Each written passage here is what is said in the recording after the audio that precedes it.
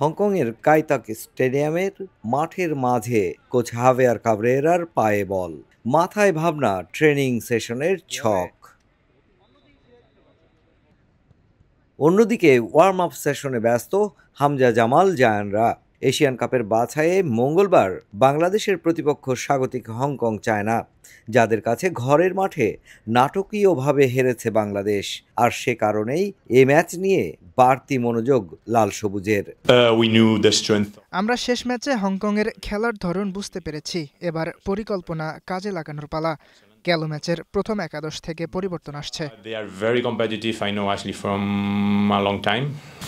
কে খেলবে কে খেলবে না এটা ওনার ডিসিশন। এখানে যারা আছে স্কোয়াডে সবাই খেলতে চায়, 23 প্লেয়ার আছে, সবাই খেলতে চায়।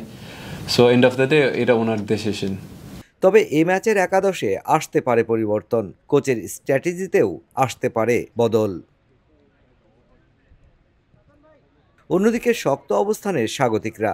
ঢাকা ম্যাচে হ্যাটট্রিক করা রাফায়েল মার্কিজ এ ম্যাচেও রেড গ্রিনদের বিপক্ষে হতে পারে ব্রিটিশ কোচের তুরুপের তাস। তবে সে ম্যাচের গোলরক্ষক চোটের কারণে খেলতে পারছেন না এ ম্যাচে।